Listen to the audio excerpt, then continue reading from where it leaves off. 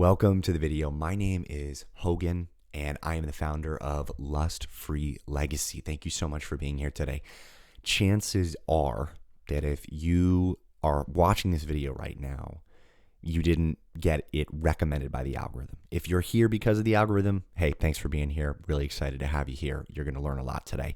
But chances are you, at least initially, as this video kind of hopefully builds momentum over time and gets out to more people, you were looking for this video because you're probably experiencing the flatline. Okay. And if you're experiencing the flatline, it's not an easy period of time to experience. I've been through it, and 99% of the private coaching clients that I work with and counsel in this regard, in helping them permanently leave porn behind, have experienced the flatline as well. Okay. So thank you for being here. I can see just by you being here, just by you putting that step forward, you're putting in the work necessary to actually conquer the flatline and make it through and continue to grow through it. So just want to salute you for being here in the first place. This video is probably going to have a lot of content. It's because I'm trying to put as much value and understanding in one video as possible. So please don't be daunted if this video is like 15, 20, 30 minutes long. I don't know how it's going to, how long it's going to end up being. But if you stick with me through the video, I think that you'll walk away with understanding, not just for yourself. Yes, for yourself, you'll walk away with understanding, but you'll walk away with the ability to pass this information on to a friend, a family member, somebody in need. And that is the important part here, is equipping yourself with the knowledge so you can obtain and sustain your walk, your nofap journey, sobriety, seeking sexual purity, whatever you want to call it, whatever this is for you. All of it is this: leaving porn behind permanently. Okay. So we're going to start off with, what is the flatline? Okay. The flatline is a period of time during a recovery from a pornography addiction where a person experiences the cessation of libido, the cessation of sexual desire, and it's often accompanied by some other symptoms. Okay, so that's the number one symptom to look out for, is the cessation of sexual desire. Think of a heart rate monitor in a hospital, right? It's when your heart speeds up, beep, beep, beep, beep. It slows down, beep, beep, beep. And that's like libido. Sexual desire in life, it's up, it's down, it's all around town. But what happens when your heart rate stops? Well, they call that the flat line. When the machine makes the noise, okay, that is the flat line. And that is what the imagery is trying to call to mind in the rebooting sense, in the quitting pornography sense. It is the cessation and the flatlining of sexual desire and libido, okay? It can be accompanied by a broad range of symptoms, but I'll name a few here. Brain fog is one of the main ones. Men will experience brain fog. And this brain fog is a specific type of brain fog. This is the type of brain fog that many men experienced back when they were in the midst of their addiction. And it's very uncomfortable to experience that same brain fog when we're thinking to ourselves, I'm in recovery. I haven't been watching porn. Why is this happening to me? And I'm going to get into that in a minute here. Another symptom would be no morning wood, the cessation of some of the physiological, the biological functions of our libido and sexual desire. When a man wakes up in the morning, oftentimes it's accompanied by morning wood, is what they call it, or a morning erection.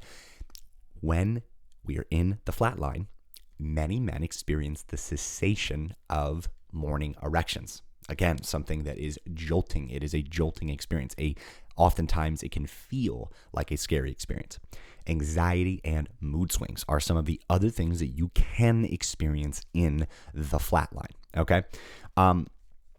Now, when we're looking at the flatline, why does it happen? Okay. And the answer is as follows. We've been feeding ourselves junk food sexuality in the form of pornography. Okay, so when we're engaging with pornography, it's very much like eating a diet that just consists of like pizza and donuts and Coke. Okay, in terms of how our sexuality is meant to be this fulfilling, awesome thing in our life where we're engaging with another person, a real human being, but instead of doing that, we are engaging with a screen. It is, again, like I said, junk food sexuality. And the flatline is scary because for many people, I know for me as a man, for many of us men, the last time that we experienced no sexual desire, no libido, was probably a very, very, very long time ago. Probably when we were children, before we started puberty, was the last time that we experienced just this. But when we were kids, we didn't even know that there was anything missing. So it wasn't uncomfortable, and we hadn't started that hormonal process of puberty. So there wasn't this feeling of like, where's my sexual desire? No, we're kids. We're running around. We're learning. We're growing. Okay. We're like little information receiving machines as children. Okay. Now, some people are exposed to sex and sexuality at an extremely young age. Sometimes that can be through abuse, unfortunately. And if that happened to you, I'm sorry that happened to you. Others, they experience the first introduction to the ideas of sex and sexuality way, way later, sometimes even after puberty. And so they're questioning, like, what's going on with me during that period of puberty. Okay, so everyone is different. But when we are in porn recovery and when we are leaving porn behind permanently, there is a thought process that emerges when the flatline arrives. And I'm going to walk you through this thought process that myself and almost every other person I've spoken to who has experienced the flatline talks to me about, okay? And it's this thought process of, we enter the flatline, we're feeling the symptoms, sometimes accompanied with the brain fog and the anxiety and the mood swings and all that stuff. Sometimes it's just the lack of libido. It can be either or. And we start to get this thought process of, I'm broken permanently. My sex and sexuality is broken permanently. And then the next thought that comes is something along the lines of, maybe I should test it out. Maybe I should watch porn to see if I'm permanently broken, okay? Because the fear is this, right? We are doing this. We are leaving porn behind so that we can recover our ability to have a one-on-one intimate relationship with another person. And the way that I see that as optimal and the way that I've chosen to do that is in marriage. I am a married man. And you got the black ring on, right? It very, very, it stands out from my skin very brightly. I've gotten funny comments in the past like, oh, you really want us to know you're married. That's not the reason for the black ring, but hey, if it serves that purpose, fine. Yes, I am a married man, and I'm very, very happy about that fact, because to me, marriage is the proper context for my sex and sexuality. Okay? Now, returning back to the flatline. This is one of the major pitfalls for people who are in pornography recovery, is this period of the flatline and this thought process that begins to arise. We want to test ourselves to make sure that we're not permanently broken. But let me just give you some encouragement here, right in the middle of the video. Yes, we're doing encouragement right in the middle. You're not broken. You're not permanently broken. There's nothing wrong with your libido if you're experiencing the flatline. In fact, it's a sign that you are recovering. It's a sign that you are being restored back to the original form and shape of how it was supposed to be for you. Okay? I know it's a painful period of time, but it is a result and a ramification of our prior behaviors. Okay, I'm not trying to bring shame here, but I'm just trying to say there are consequences for our actions. There is cause and effect for our actions. So we abuse porn and pornography. And the result of that is when we quit, we will go through some of these uncomfortable periods of time with the flatline, brain fog, and these other things, mood swings, trying to understand new emotions that are like coming off ice, so to speak. We've been, I know for me, I was cryogenically freezing my emotions. I was putting my emotions on ice using porn. I was self-medicating with porn so that when fear, anxiety, stress, panic, worry about anything really, I would push it down and I would go to porn. When you stop doing that, your body goes through these phases, okay? And initially when people quit porn, oftentimes what they'll experience is deep craving for porn, right? Their body and their mind are like, give me porn, I want porn. when the body eventually realizes, when the body and the mind eventually realizes, oh, you're not going to give me porn again, are you? This is one of the things that will happen, is this flatline. There, your libido is it's having an episode, okay? It's having a freak out episode. And we don't know all of the mechanisms of it. It's not the most studied thing in the world, but we do know that it is real. And we do know that it is a common experience across the board for people who are leaving porn behind permanently, okay? Anything else I want to cover there? No, I think that that's a pretty good foundational, what is it? Why does it happen? Well, you know what? I can touch a little bit more on why it happens. So there is a cacophony. There is a symphony, you could say, of hormones and things in the brain like dopamine, serotonin, oxytocin that are related to our pornography use that we have been basically giving ourselves free and open access to through pornography usage. Every time that we use porn, we are hacking our system in a sense and giving ourselves that junk food sexuality that's going to boost all the levels of these things. When you take away what's giving you these increased levels of dopamine, serotonin, oxytocin, and all that, your body is going to crave those things. Your body perceives those things as good. And oftentimes the body has a lot of trouble determining the source of what it perceives as good. It just thinks to itself, dopamine, serotonin, oxytocin, good. It doesn't care necessarily where it's getting it. It's the same thing, again, coming back to the example of food. Your body can crave these high caloric things like a donut that's full of trans fatty acids, partially hydrogenated, fully hydrogenated vegetable oils, high fructose corn syrup, high amounts of sugar, right? Pretty much no vitamin or mineral content to be spoken of, white processed flour, the whole nine. But why does your body crave what's not good for it? Why does your body crave what's causing inflammation in it? Well, I'll tell you, because it perceives the high caloric content and the nutrient density of that thing as a good thing for survival. The body is tapped into survival. It wants to survive and multiply, okay? It has these natural built-in inclinations. That's why we can get addicted to things like, food. Food is a good thing in and of itself, but we can get addicted to junk foods. And it's the same way with our sexuality, okay? So there's this readjustment period, again, that we're calling the flatline. Okay, how many minutes in are we? 12 minutes in.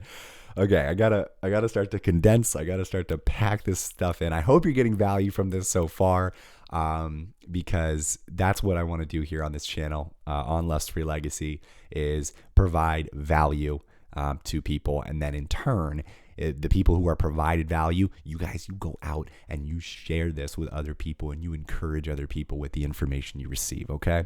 So let's move on. When does it happen? Answer this one really, really simply. We'll breeze through this. We don't know. It's really dependent on so many factors: your biology, your prior usage, your frequency of usage, when did you first see it? There's so many factors. So trying to predict the flatline is a fool's errand. It is a fool's game. You can't do it, okay? Some guys, they're going to experience it very soon, okay? They're going to start their recovery and boom, they're in a flatline. And it's like, oh, okay, I thought I was going to get some of the benefits here before I got, some of these hardships. My friend, if you're going through it early, I hate to say it. I don't hate to say it. It's a good thing, okay? It's a good thing. Just get it out of the way now. Go through the flat line now.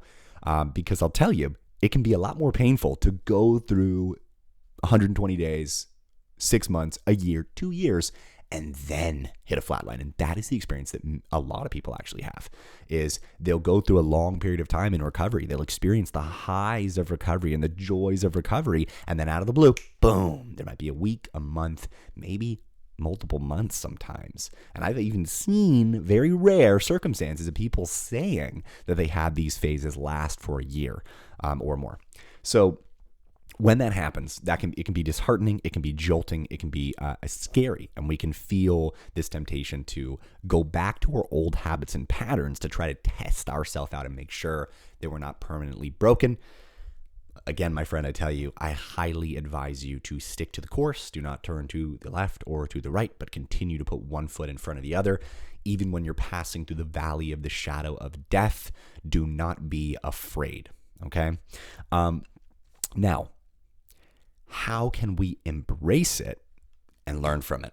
That's the fourth thing here. That's the fourth area of interest, is how can we actually extract the maximum amount of value from this period of time in our life where we're experiencing the flatline. And this, I'm going to break this up into three different categories: spiritual, mental, and physical. Okay, it's having to do with the body and our physiology, physical; mental as in our mind and our mindset and our perspective; and spiritual in accordance with our faith and our practice of our faith. So let's begin with the foundation, what we experience on day to day, right? Our body, our physiology, right? Our biology. Okay.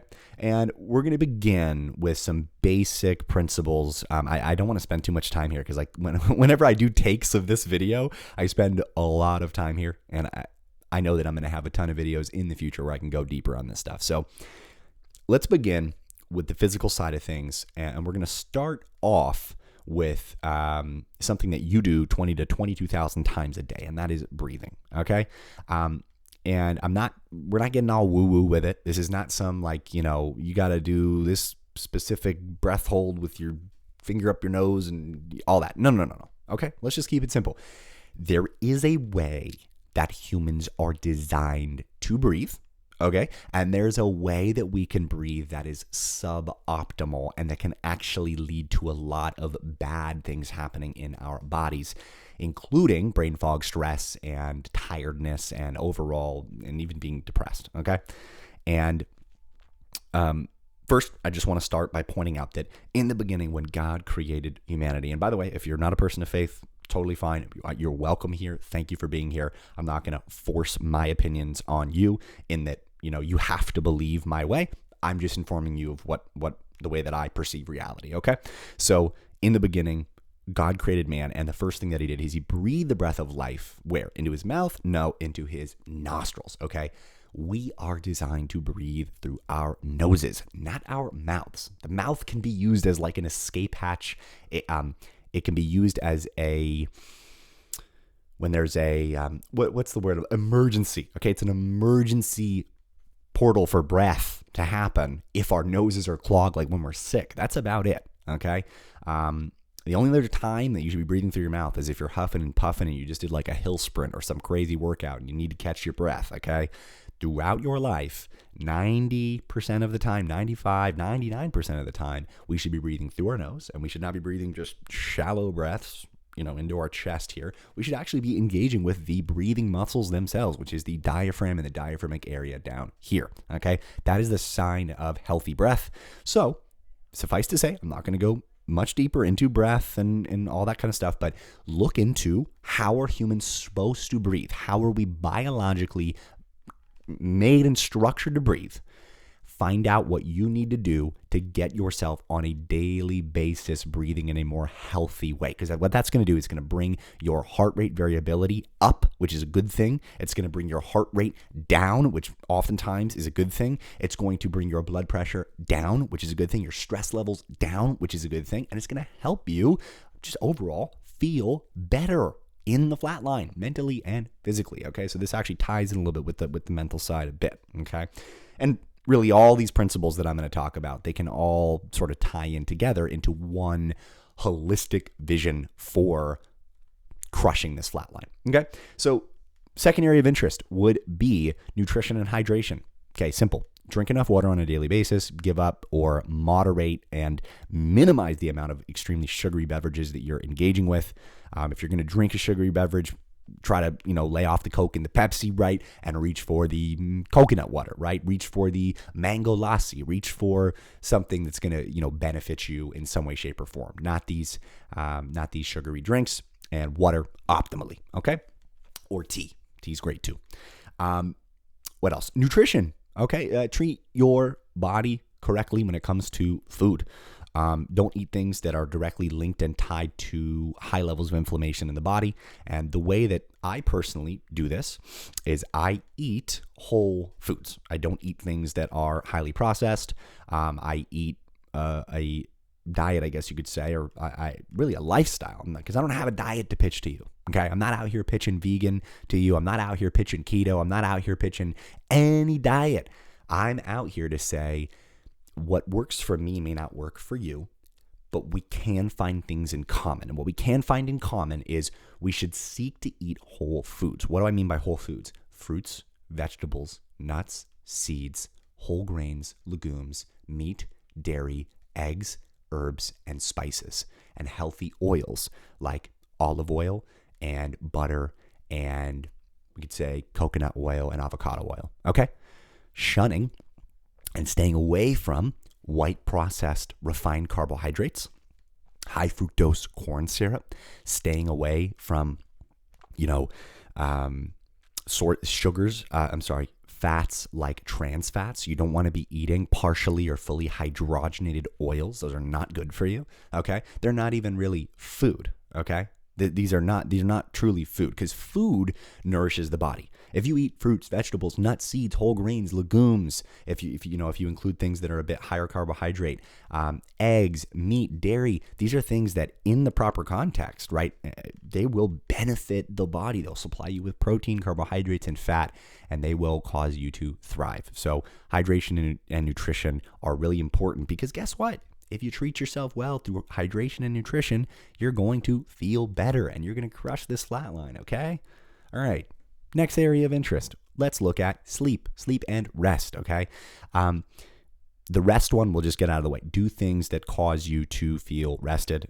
If that be, going to do a bike riding class, if that be doing some laps in the pool, if meditation on scripture, if whatever it is, going out and taking a walk out in, the greenery and the beautiful nature and saying a prayer, whatever it is, do those things that benefit you in that way and cause you to feel rested in your life. Okay. Make space and time for those things. Now, every day for 6 to 9 hours, we do this very specific thing, or I should say every night we do this very specific thing. It's called sleep. Okay. Take care of your sleep. If you're not taking care of your sleep, you're not nurturing your sleep, you are going to make the flatline so much more painful than it has to be, because not only you're going to be getting the brain fog, anxiety, mood swings, and all the other stuff from the flatline itself, but you're also going to be contributing to the brain fog and the anxiety and all that other stuff from your lack of sleep. You need enough sleep to function on a daily basis. So find that number, find what you need. Is it 6 hours, 7 hours, 8 hours, 9 hours, and go with that, okay? Also, there's something called sleep hygiene, okay? When you get off this video, write that down. Look into sleep hygiene, okay? There's a lot of artificial light that we're engaging with on a nightly basis before we go to sleep. We're often getting TV light in our eyes. We're getting cell phone light in our eyes. The lights in our house are on. Your biology is wired to release melatonin when the lights go down. Okay, you're not supposed to have to take a melatonin pill. Your brain produces that in and of itself when it senses that the lights are going down. So one thing that I've done is I have blue light blocking glasses. My wife and I, around 7, 8, 9 o'clock, we're throwing on our blue light blocking glasses. Even if we're going to, be naughty and watch something on the TV, right? We've got our blue light blockers on. And let me tell you, it makes a substantial difference when you filter out that blue light. I'm going to sleep and I'm sleeping better. I'm sleeping with a higher quality. I feel better when I wake up in the morning. I can just kind of rise on up out of bed and feel energized and like I had a good night's sleep. And there's other things you can do in the area of sleep hygiene for your health. And the last area of interest is movement. Make sure you're getting enough movement on a daily basis. If you work a physical job, you don't need to go out and become Mr. Olympia at the gym. Just work your physical job, put in the work, and make sure you use good posture when you're lifting at your job, right? Don't screw up your back at your job, and just make sure you're doing it right. If you don't work a physical job, get yourself either a gym membership, go to a local park where there is monkey bars or pull-up bars, or get a pull-up bar for your home. Do home workouts. Whatever it is, you must be getting physical movement on a daily basis, even if it's just walking. Just if you want to just start easy, just do some walking. The human body is meant to move. We are not meant to be sedentary creatures sitting around on our butts all day, waking up from our sleep at night, hopping in our cars, sitting, going to our offices, sitting, getting back in our cars, sitting, and then getting home and plopping our butts on the sofa, sitting. Okay, that's not how we're supposed to be navigating life. That's going to lead to obesity, depression, you're going to live a shorter and worse life in general. Okay, so those are the physical things that you can do to lower the intensity, maybe even the frequency of the flatline. What would you do if I told you that if you apply even one of those principles that I told you, even if you just aren't getting enough water and you drank enough water, you are going to make the flatline easier for yourself. You don't have to be Superman and apply all these principles tomorrow, but start where you are and begin to take steps in the right direction, treating your body and your mind with respect because they are gifts and blessings from God. Okay. Now, on the mental side, we need a perspective shift, okay? We need to shift our perspective from the flatline is a curse, it sucks, I hate it, to the flatline is an opportunity for growth. It is an opportunity, a hardship, a trial that if we are willing to put our foot down and continue to walk in the right direction, will cause fruit to grow in our lives. So, we need that perspective shift. We need to go from considering the flatline to be this horrible period of time to really looking at it like a place where we can grow. Okay, that's the mental side. That's what you can do mentally. Also, on the mental side, you can meditate, and you can read a book. Okay, these are some practices that grow our brains, make us smarter and more agile mentally. And on the spiritual side, there's a few different things that you can do. So meditation, as I mentioned for the last one, and prayer are two really essential things. What I do for my meditation is I do what's called scriptural meditation. I'll open up the Word, New or Old Testament. I'll find something that pops out at me. I'll read through it, or I'll find a full passage of Scripture and I will go over it and chew on it and meditate on it and really try to understand what I am reading. Prayer, right? Either praying with somebody or praying yourself is another wonderful thing that you can do. Asking for strength, asking for the confidence, asking for the mentality and the perspective to make it through the flatline, okay? Because I'll tell you something. You want your sobriety, like you want your sexual purity, you want your, overcoming. But I'll tell you who wants it a whole lot more than you do. You think you want to be sexually pure and live without porn? Let me tell you, God is way more invested in this than even you are, okay? He cares way more about this than you do, okay? And he's the one who said to do it in the first place, right? You didn't no glory to you, all glory to God. How about that, right? All glory to God, no glory to us, all right? Now, another thing you can do is community. You can get into community. You can sit down with people that you trust and you can talk about your experiences and you can confide in people that you trust and have them confide back in you. The Bible talks about when we sit down and we talk with each other. It talks about it at the end of the book of James. When we confess our transgressions, our sins to each other, there is healing to be found in that place because what is sin? Sin is missing the mark. It's missing the standard that has been set by God. When we come together and we talk about our experiences of this, when we confess our transgressions and our sins, there is a place for restoration that is available, that is opened up, okay? So these are the physical, mental, and spiritual things that you can begin to do, right? You can learn how to breathe better, learn how to open up your nasal passages and make sure that you're breathing optimally. You can get enough rest and sleep. You can make sure that you are getting proper hydration and nutrition. You can make sure you're getting enough movement on a daily basis. Okay. You can have on the mental side, you can have a perspective shift where you shift from, this is horrible to, you know what, this is an opportunity. This is a place where I can grow. Okay. And then the third one, of course, would be the spiritual side, praying, scriptural meditation, getting in community and talking to other people about your experience, about your struggle, confiding in people that you trust and fellowshipping with other people. All right. So thank you for being here for today's video. I hope you learned something and I hope that you will apply at least one principle from today's video that we discussed, whether it be physical, mental, or spiritual. The more that you can apply, I think the more benefit that you're going to experience. Don't try to do them all at once unless you are like a habit master and you're really, really good at habits and you can take all these things on. I mean, go for it, but I think that would be a little bit too much of a burden just to take on immediately. Slowly work take the steps to achieve these things in your life. And listen, these things don't have to be perfect. I have a piece of pizza every now and then. I'm not a perfect person. Nobody is.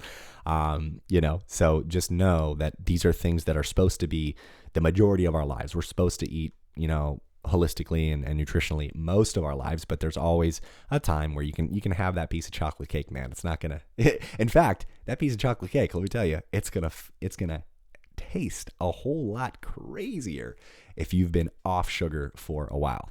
I had a piece of Cheesecake Factory cheesecake some time ago. I forget how long. I think it was it was at the beginning of 2023, and that was pretty good. That was pretty good. I know it's not good for me, so I don't eat it often, but when I do eat it, let me tell you something, I enjoy it. All right. Share this video, like the video, subscribe to the channel, whatever's clever, whatever you want to do to show support. If you have a disagreement or anything, feel free to post in the comments. If you have a point of like agreement or something that's really stuck out to you and you want to drop a comment, hey, I'd be honored. You got any questions, anything like that, feel free to leave a comment.